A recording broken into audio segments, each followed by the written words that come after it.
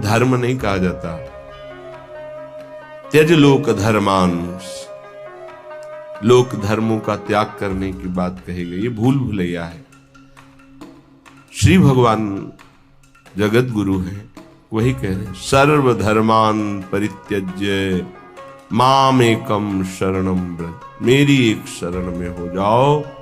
मनुष्य जीवन का लाभ शरण में हो जाना है। शरणागति का तात्पर्य है तदर्पिता अखिलाचारिता तद्विस्मरणेन परम व्याकुलते। एक एक आचरण प्रभु के अनुकूल हो और निरंतर प्रभु का स्मरण हो, स्मरण में थोड़ा भी विस्मरण बर्दाश्त न हो, यही जीवन का परम लाभ है। यही जीवन का परम लाभ, ये बड़े बड़े सिद्ध संतों की बात है। स्मरण हमारे जीवन की परम उपलब्धि है। निरंतर स्मरण, ये सिद्धावस्था की तरफ पदार्पण हो रहा है। सिद्धावस्था आवागमन से मुक्त, प्रभु के नजदीक निरंतर सेवा, रूप रस, प्रेम रस, इसका रसास्वादन करते हुए अनंत काल तक महासुख में डूबना। श्रीपाद प्रबोधानंद जी महाराज कह रहे हैं, आप अपने द्वारा अपना नाश मत कीजिए। कोई किसी का नाश नहीं कर सकता, आप अपने द्वारा अपना नाश करते हैं। अगर कोई ये कहे कि किसी ने शाप दे दिया, उसका नाश हो गया, तो उस शाप में उसका कर्म ही प्रधान है, ना कि किसी का शाप।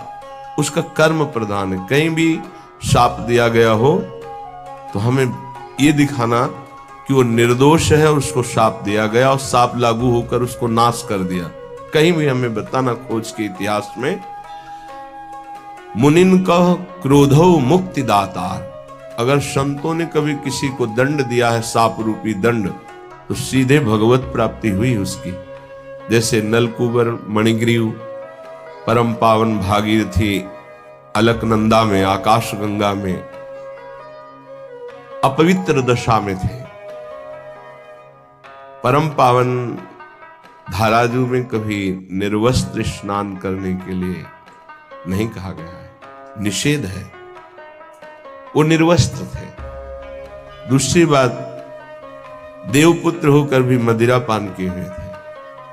कुबेर जी के पुत्र हैं, धनाध्यक्ष कुबेर। धन मद इतना बढ़ा कि परम पावन गंगा जी में भी खड़े होकर मदिरा पान करके ऐसे लौकिक विलासता। तो जे भी देवर्षि नारद जी गए तो